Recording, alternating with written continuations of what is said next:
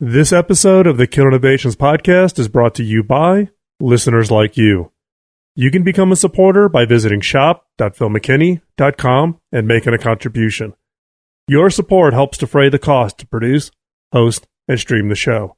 As always, any profits are donated to charities such as hackingautism.org.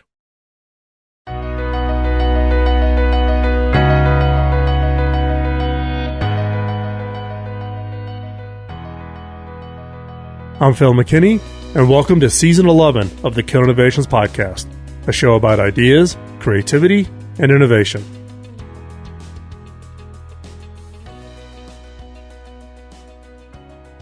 In the middle of the Second World War, James Wright was hard at work, trying to invent a synthetic rubber substitute.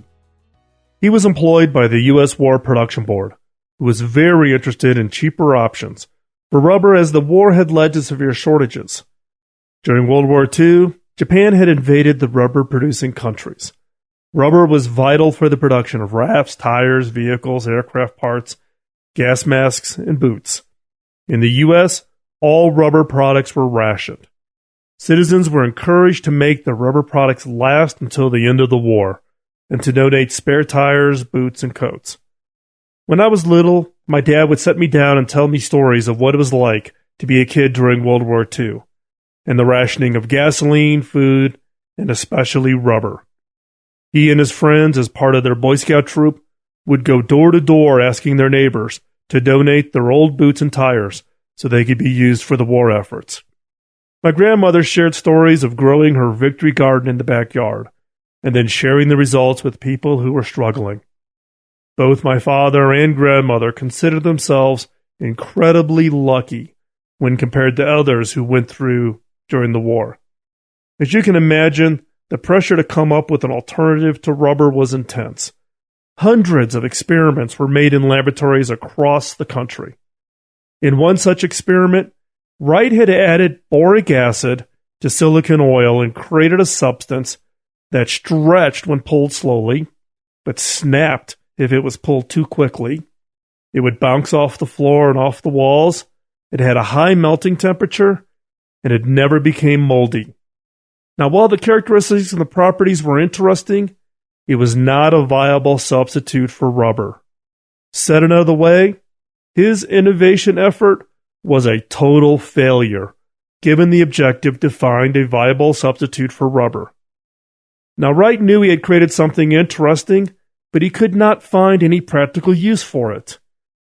So rather than just putting on the shelf and giving up on it, he sent it out to other scientists to see if anyone else could think of something the substance would be good for. Those that received those first samples went on and shared them with others. Scientists sending samples to other scientists who sent it on to others, all in the search to see if it had any practical use. Unfortunately, while many people were intrigued by its characteristics and scientists found themselves fiddling with it, no practical uses emerged. That was until one of the samples made it to a toy store owner who saw its potential as a toy. That is how the unintended consequence of a failure to create a rubber substitute led to the toy store owner, Ruth Falgetti, to market the bouncing putty by selling it in clear cases. Thus, Silly Putty was born.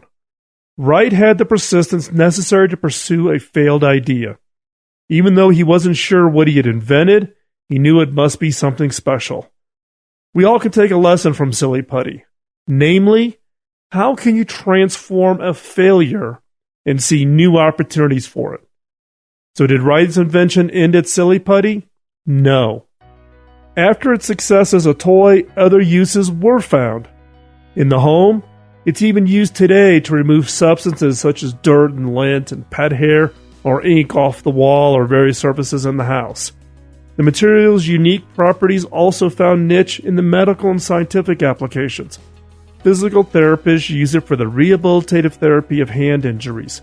A number of other brands such as Power Putty and TheraPutty alter the material's properties to offer different levels of resistance. Because of its adhesive characteristics, it was used by the Apollo astronauts to secure their tools in zero gravity. And hobbyists found a use for the putty in the making of scale models. What will they think of next? If you enjoyed today's show, you can subscribe to the podcast on iTunes, YouTube, Spreaker, or wherever you find your favorite podcast. You can find all the links and resources from this episode, along with every other episode going back to 2005 at philmckinney.com. Just click on podcast.